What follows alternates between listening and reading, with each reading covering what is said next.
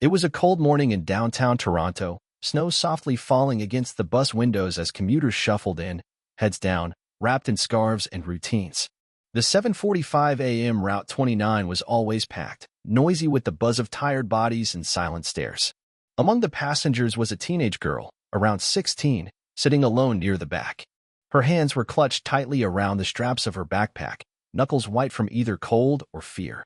Her name was Amara. She had just started her junior year in a new high school after her parents separated. Her mom worked double shifts at a bakery while Amara took the bus every morning to school. She wasn't used to the city yet. She missed the quiet of her small hometown, the warmth of her friends. Everything here felt too fast, too crowded, and sometimes too cruel. That morning, a group of college-age boys got on at Bloor Street. Loud, laughing, too confident. They noticed Amara right away, alone, shy, quiet. Easy target. One of them leaned closer, pretending to whisper to his friend, but loud enough for her to hear. "Hey, sweetheart, why you looking so sad? We can make you smile." Amara shrank into herself. Another boy threw a crumpled paper at her. The others laughed. She didn't move. She just stared out the window, hoping someone, anyone, would say something. But the passengers around her avoided eye contact. Headphones in, eyes glued to their phones, pretending not to see. Her breath started coming in shorter bursts. Her chest tightened. Then came a voice. Calm, firm, protective. "Hey," the man said. "Why don't you sit with me?" The voice cut through the noise like a lighthouse in fog. She looked up. A man, probably in his mid-30s, was sitting just a few rows ahead.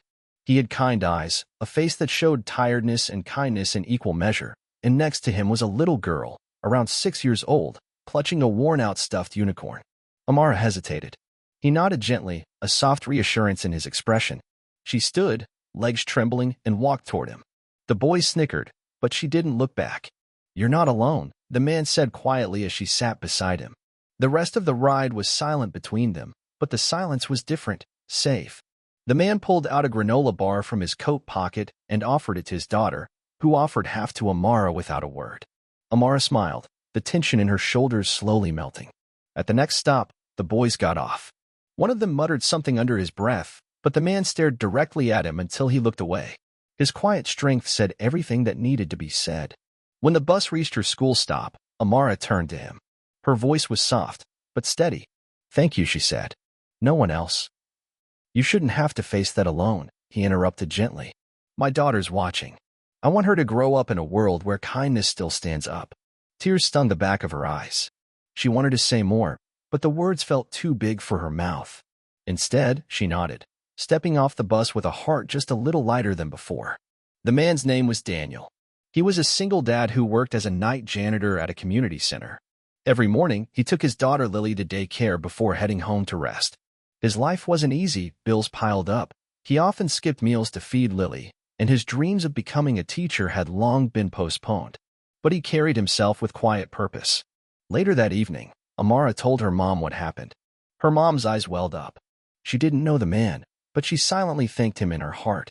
The next day, Amara got on the same bus, nervous but hopeful. Daniel and Lily were there again. This time, Amara didn't wait to be invited. She walked straight to them, smiling, and sat down. Over the weeks that followed, a friendship formed, simple, pure, built on quiet bus rides and warm glances. Daniel told her stories to make Lily giggle, and Amara began to laugh again. She started opening up, finding her voice little by little. One morning, she brought Daniel a coffee and a handmade thank you card from her and her mom.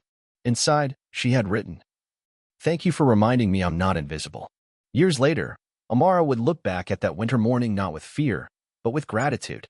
She would remember the feeling of a stranger choosing to care. She would become a youth counselor, helping kids who felt like she once did. All because one single dad, carrying his own burdens, still made space for someone else's pain. And in the heart of a cold Canadian city, a quiet act of courage reminded everyone watching that kindness isn't loud, but it's powerful.